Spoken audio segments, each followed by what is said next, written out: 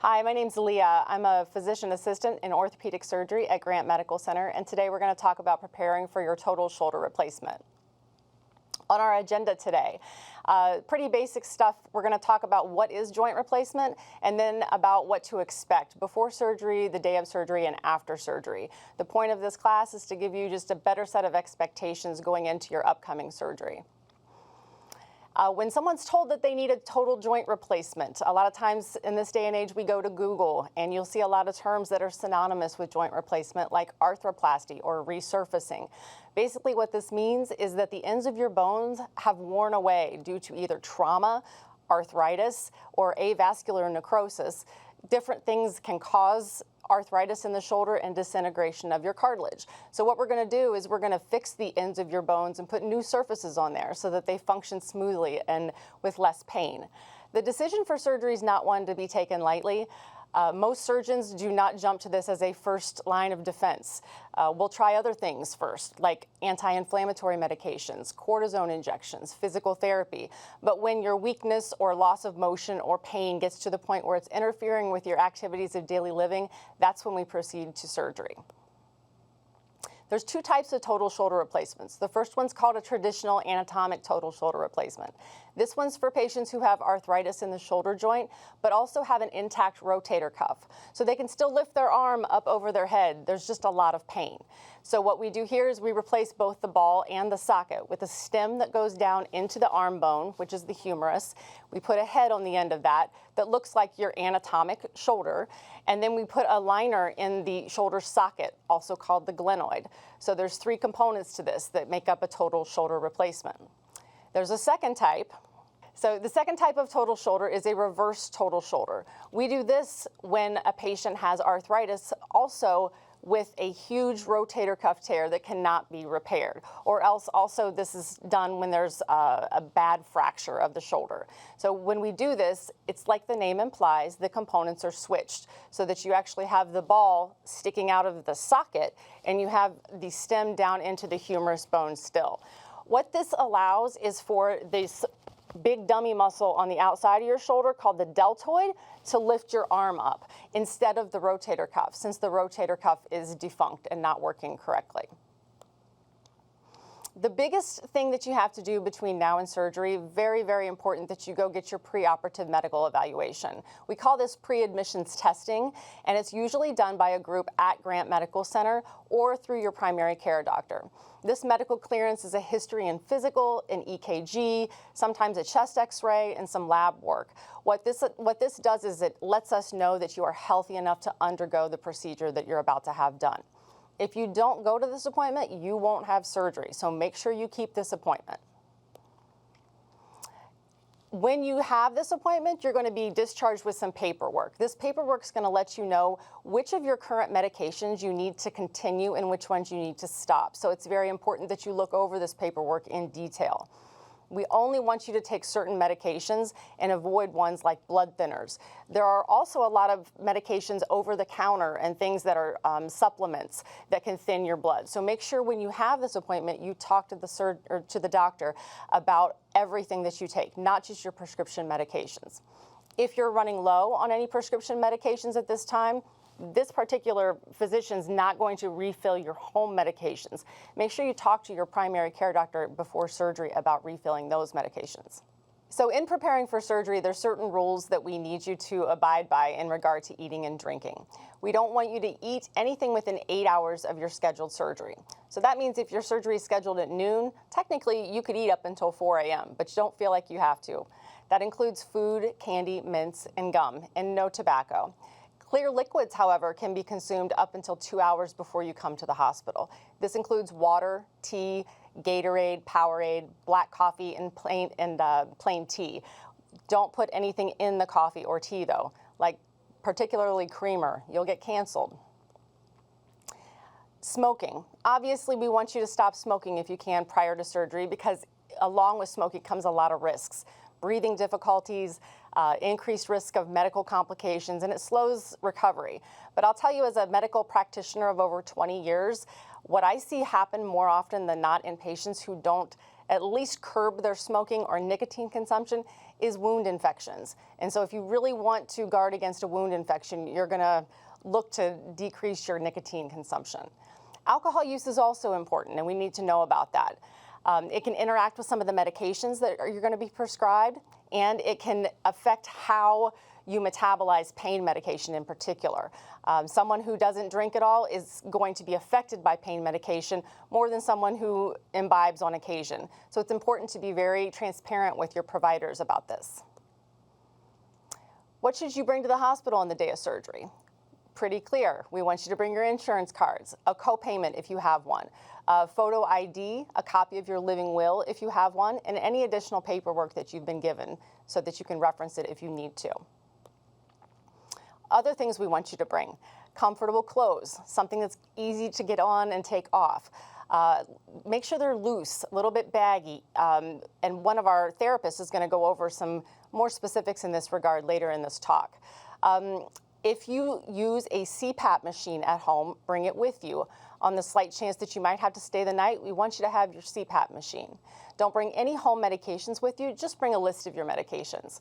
Don't bring any valuables, and bring only what you need.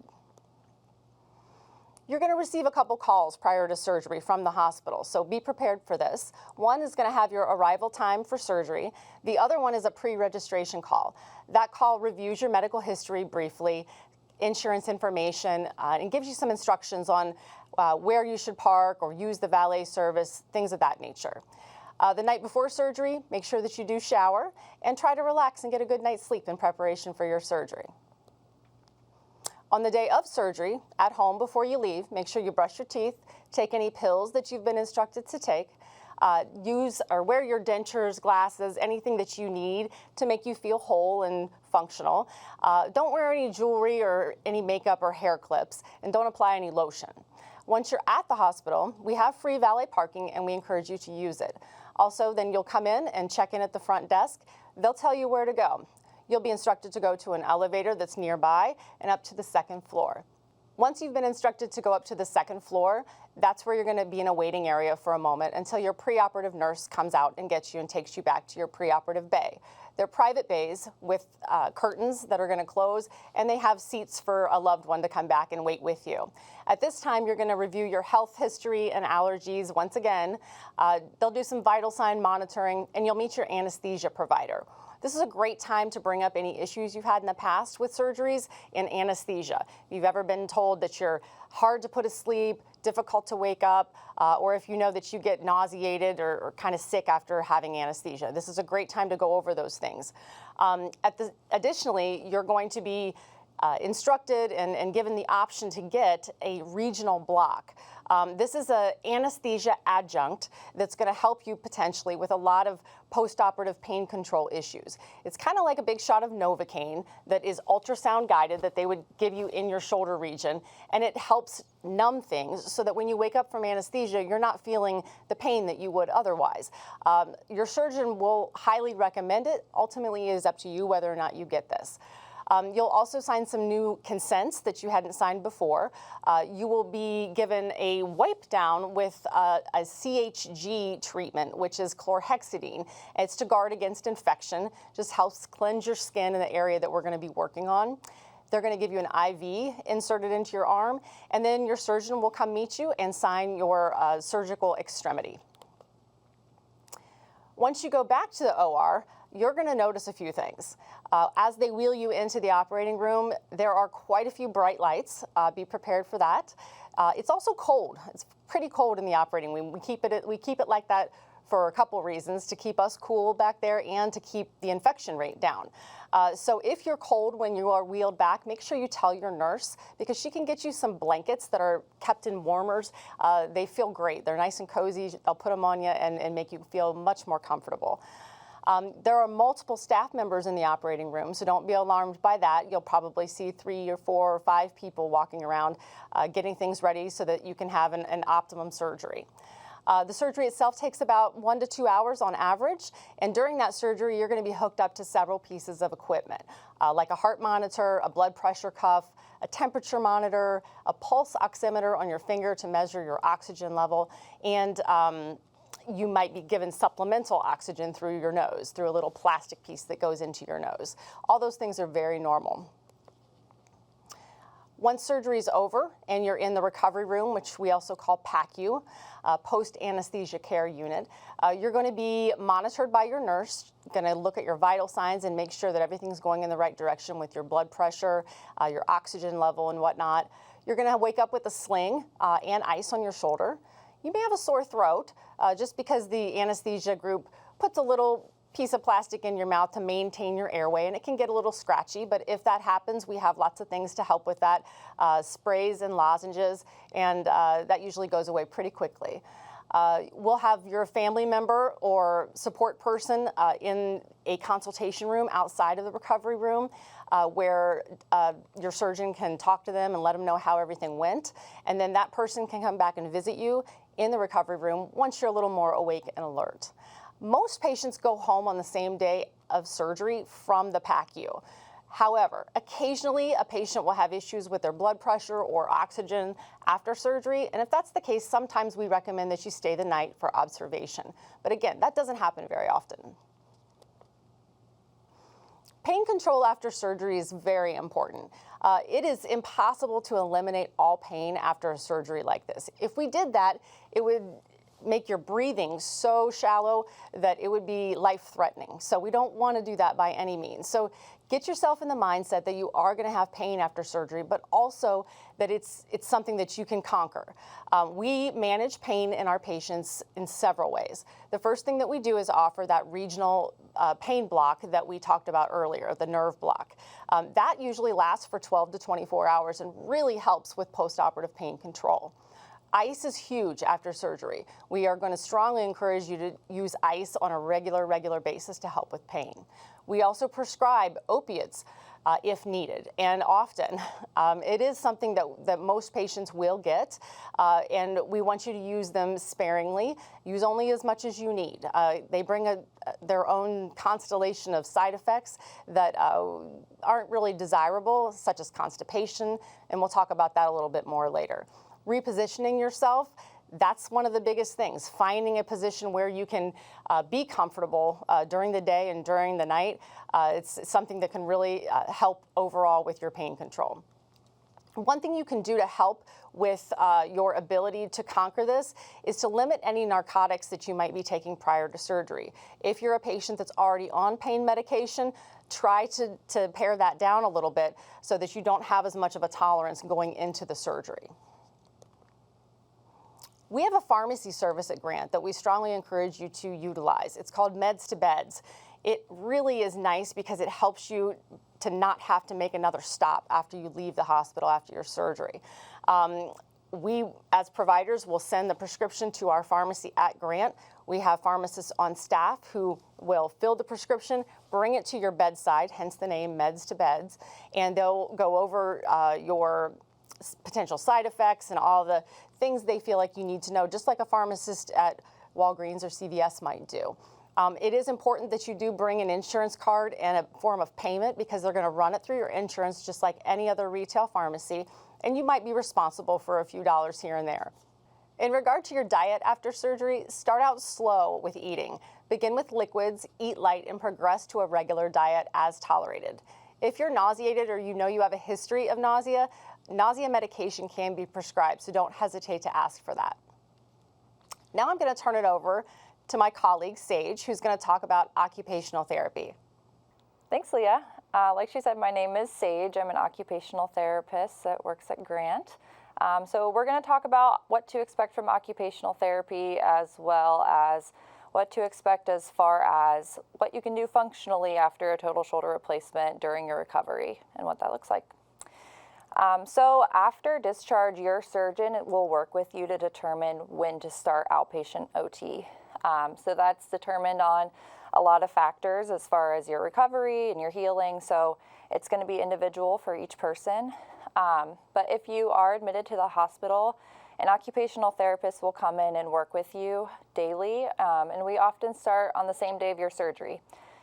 Even some of those of you who will be going home the same day of surgery, an OT will come down to that recovery area to work with you, just to go over some of the things that we'll talk about. So first we'll talk about what are your shoulder precautions. Precautions is just a fancy word to say the things you aren't allowed to do while you're still recovering. So the first one is they don't want you to do anything active with your shoulder for the first 6 weeks after your surgery. So that includes no pushing, pulling, or lifting anything heavier than about a coffee cup or your phone, which is about 2 pounds, and also no reaching away from your body. You have to avoid external rotation past 30 degrees, and what that looks like is bringing your arm away from your body. So anything reaching kind of behind you especially, you want to avoid doing that.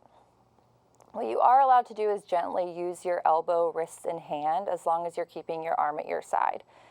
So if you're staying within the frame of your body, you can do things like feed yourself, read, use your phone, wash your face, even buttoning up your shirt. You're allowed to do all those things. They also don't want you to weight bear through your arm. So that includes doing a transfer, so getting up and down from a chair or surface. It also includes using a walker. So if that's something that you typically do, that would be a conversation to start having with your surgeon beforehand. And we'll work with you while you're in the hospital or in the recovery area to determine what the best adaptive advice will be for you. That's for at least 12 weeks. And then you want to avoid fast or jerking movements. So that includes, again, reaching outside of your body, reaching around your body to do something like wipe, pull up your pants. So anything that's going to be jerking and just aggravating to that new shoulder. You're not allowed to sleep on your operative arm either. We'll talk a little bit more later about the best position for you to sleep in for your comfort and for your safety while you're healing. And then also driving. You are not allowed to drive until you are cleared by your surgeon to do so. Next, we'll talk about the sling that you'll have after surgery. So there's a couple different types of slings that you see in the pictures here. The first one is called an abduction sling. That's the black sling on top with a small pillow that goes between your body and your arm. And the other one is called a sling and swath, which has a big protective strap that goes around your torso. So when you wake up from surgery, you'll wake up in one of these two slings. And for most people, they want you to remain in the sling for most of the time, for the first 6 weeks. And that's also determined by your surgeon, and you'll get more specific instructions following your surgery. What you are allowed to do is remove your sling to bathe, to get dressed, do your exercises, and while you're feeding yourself or sitting quietly. You should be in your sling for the rest of the time. So even while you're sleeping, you'll want to be in this sling to keep you in a safe position. It's also going to keep your arm comfortable while you're healing too. We do have a video that goes over how to take the sling on and off. These slings can be pretty daunting when you look at them at first. Once you do it a couple of times, most people get the hang of it. But we do have a video that you can refer to help you if you're concerned about remembering how to do it once you get home. So there are some exercises that you can start pretty much right away after your surgery, and those are called passive range of motion exercises. What passive range of motion is that it's not actively moving your shoulder, but it's using gravity, your other body part, or another person to do the motion for you. So like I said, you can begin these immediately after surgery.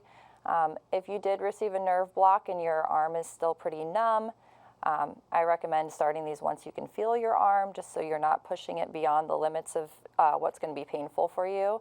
But other than that, you're allowed to start them right away. So the 3 exercise groups that you can do are called pendulum exercises. And we'll talk a little bit more about what a pendulum is and what that looks like. Passive shoulder flexion and abduction. Flexion is bringing your arm out in front of you, and abduction is bringing your arm out to the side. And then counter slides. There is a packet of these exercises that you'll either receive from your OT or even from your nurse in recovery that will have pictures and explanations of these exercises. And we'll go over with them with you as well, just so you feel comfortable doing them. And there are also there's also an opportunity to watch videos of these exercises. Right now we're using a exercise platform called MedBridge, where you are able to scan a QR code and watch the videos of these exercises, just so you have another reference for how to do them once you get home. All right, so for sleeping, most people say that the most comfortable way to sleep after their replacement is to sleep in a recliner. Or if you don't have a recliner or you prefer to be in your bed, you can always prop yourself up with pillows or a wedge. Again, you will be sleeping in your sling until you're instructed to do otherwise. And when you are in bed, you'll place a folded up towel or a thin pillow under the back of your arm. So you'll be in your sling with a pillow behind the back of your upper arm, just to keep it forward and supported. That sling should keep you in a safe position, but just with gravity pushing on you all night long, you might start to have your arm slide back, and having that folded towel or pillow will just keep it out in front of you and more comfortable.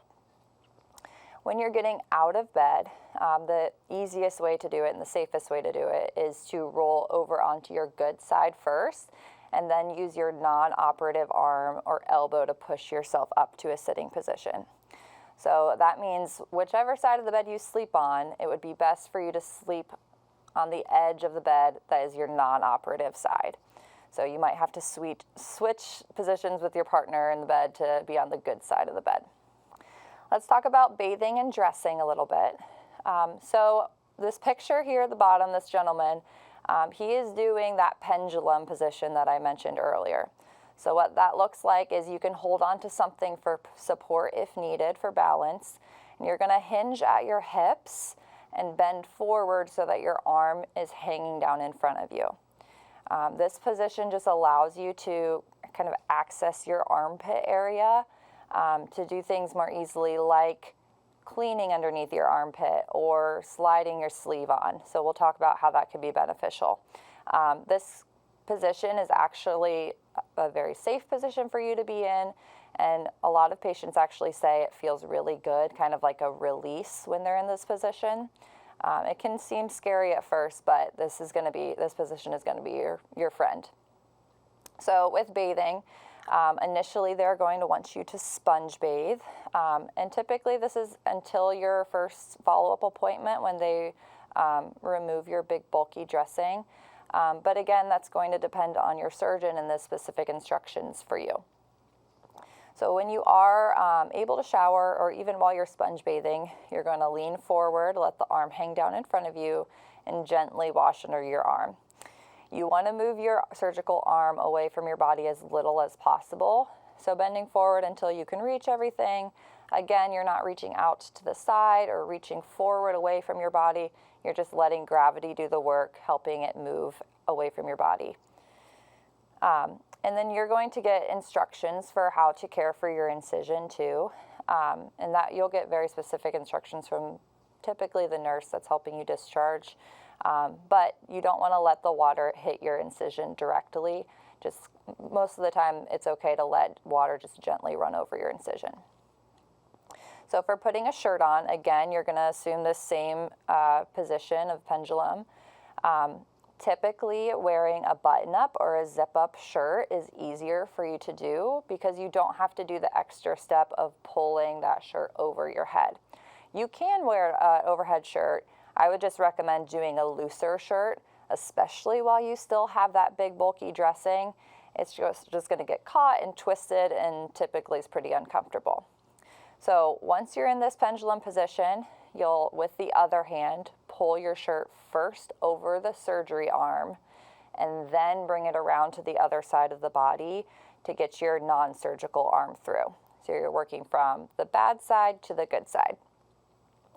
And with a button-up or a zip-up shirt, again, you're allowed to bend and use that elbow, wrist, and hand, but you don't want to move your arm away from your body. So you can bend the elbow to button or zip up your shirt as long as you're doing it safely and not moving your arm more than you need to. So that covers bathing and dressing and the pendulum position there.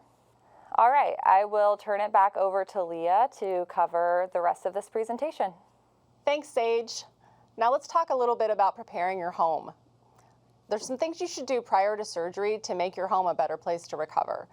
One of the things we want you to do is to ask a friend or family member to help you once you're at home. Get this in place ahead of time so that you're not scrambling for help after you've had surgery.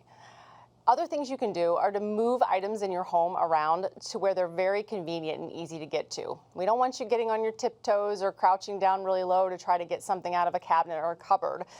You're going to be in a sling, potentially having pain medication on board. We don't want you to lose your balance and fall.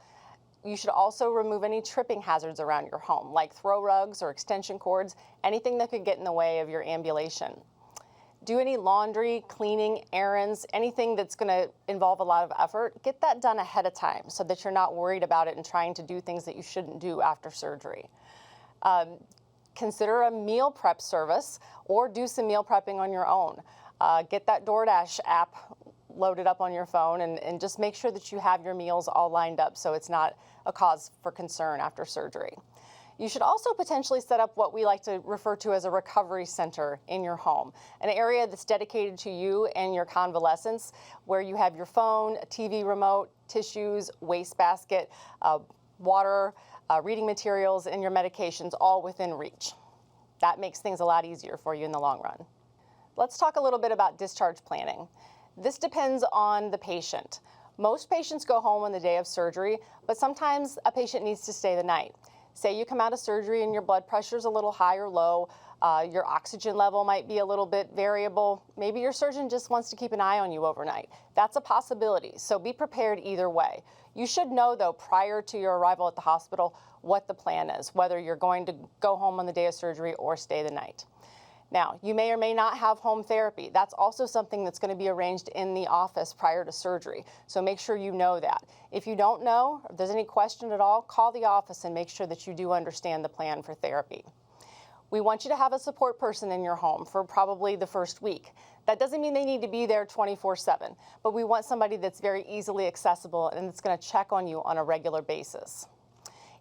As Sage mentioned earlier, let the team know if you have any mobility issues or you currently use any kind of mobility device, because there's going to have to be adjustments made to this in order to accommodate the fact that you're going to be in a sling and you're not going to be able to use your arm for a while. And make sure you have somebody that can drive you home from the hospital. You're not going to be allowed to drive home yourself, that's for sure. Incision care. This is very surgeon dependent, so make sure you read your discharge paperwork. There's going to be specific instructions on what to do with your incision and your dressing on those discharge papers. You will have a dressing in place when you leave, that's for sure.